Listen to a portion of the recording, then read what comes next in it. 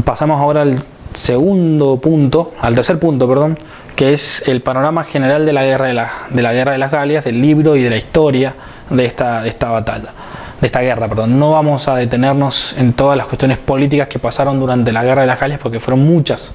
¿Sí? Julio César, mientras luchaba en la Galia, ¿sí?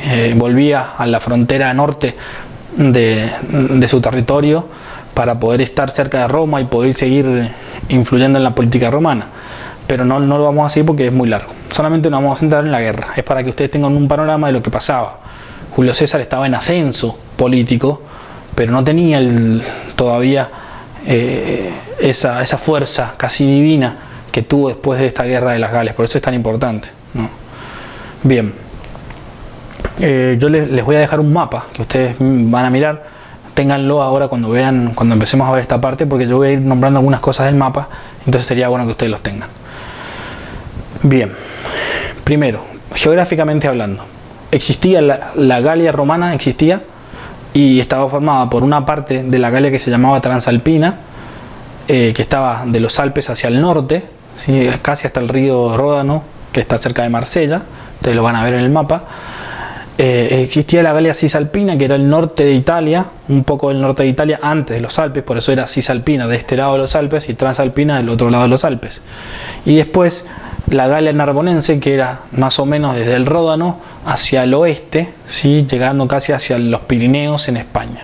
Todo eso, toda esa franja, ¿sí? que iba rodeando el Mediterráneo, o que iba costeando el Mediterráneo, era la Galia romana, que había sido conquistada hacía más o menos 100 años. Pero bueno, los habitantes de ese lugar seguían siendo galos en sus costumbres más importantes. Y después sí, todo lo que era el norte de España, con los Pirineos, Francia, Bélgica, parte de Suiza y parte de lo que es Alemania hoy, todo eso era la Galia en general, la Galia bárbara que no había sido conquistada. Pero a su vez, como ya lo sabemos, la Galia estaba dividida en tres partes. ¿Sí? Como lo dice Julio César, Galles omnis divisa in partes tres, quorum una vinculum belgae.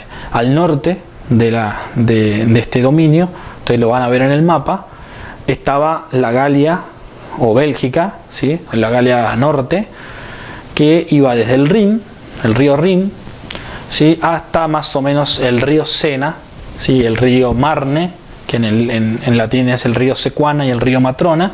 El Renus es el Rin. Toda esta zona era la zona de los galos del norte. Después estaba la zona central, que iba desde el Sena, el río Matrona, hasta casi Suiza, y al sur con el río Garona o Garumna, como se dice, y colindaba con la Galia Narbonense y la Galia Transalpina. Esta era la Galia más importante, la Galia central, o la Galia Comata, que se llamaba también, porque, es decir, la Galia de los melenudos, de los melenudos, es decir, de los hombres que no se cortaban el pelo, así se los conocía. Y por último estaba en el sur, limitados por los Pirineos y por el río Garumna, y hacia el este por la Galia Narbonense, lo que se llama la Aquitania, donde vivían los Aquitani y todas las tribus que pertenecían a los Aquitani. Este es el panorama político geográfico, mejor dicho, de Roma, de la Galia, cuando comienza la Guerra de las Galias. La Guerra de las Galias comienza específicamente en el año 58. Julio César es nombrado como procónsul en el año 59. Una cosa importante, los procónsules no podían estar más de 2 años en sus provincias, después tenían que volver. Pero Julio César, como era el amo y señor de Roma junto con Pompeyo y con Craso, él decide acomodar esto y le dan una prórroga por 5 años para estar en la Galia. El objetivo de César era dominar la Galia, pero sobre todo enriquecerse y también conseguir un gran triunfo militar para así poder políticamente usarlo en el futuro, ¿no?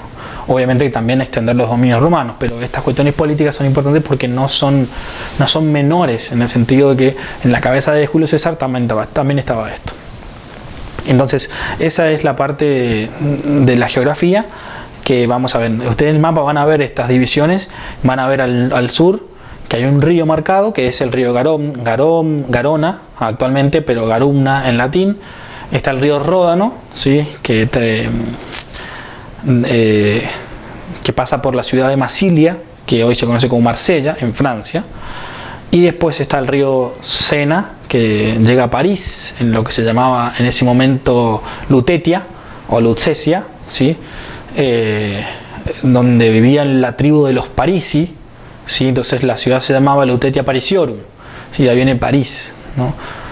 Y después el río Matrona, que es un río ahora mucho más pequeño, está marcado también ahí. Al norte van a ver el río Rin, que es el Renus, ¿sí?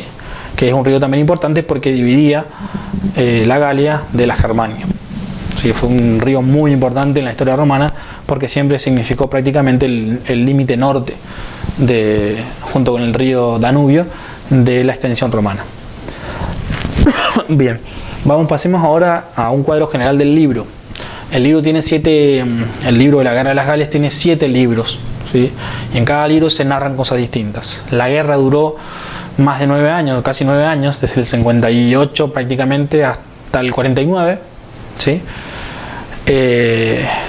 Julio César va contando todo esto, él es el que lo escribe, como una especie de crónica militar, pero bueno, él era un tipo bastante formado en las letras, entonces escribía con una belleza importante, por eso es un libro clásico en este sentido, no es simplemente una crónica de un militar.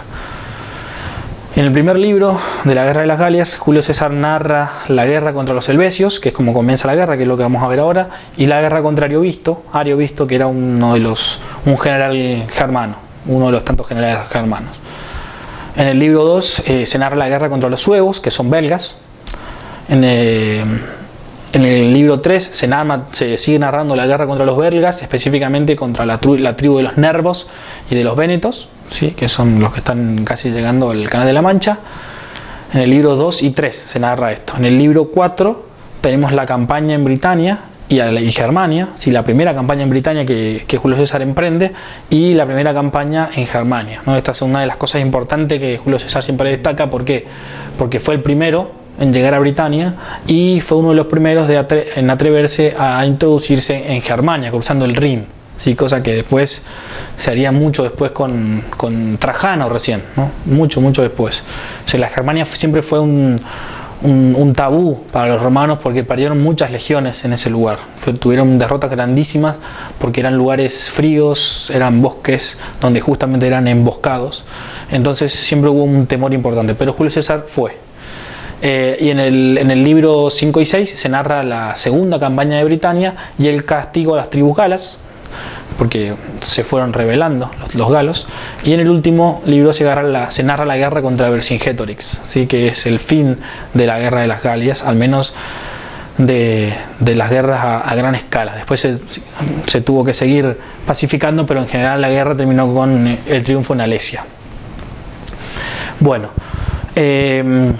una cosa importante, sí, que ustedes los van a leer en el libro que vamos a ir siguiendo, que no es la Guerra de las Galias, pero es un libro que habla sobre eso y que sigue casi al pie de la letra el texto fuente.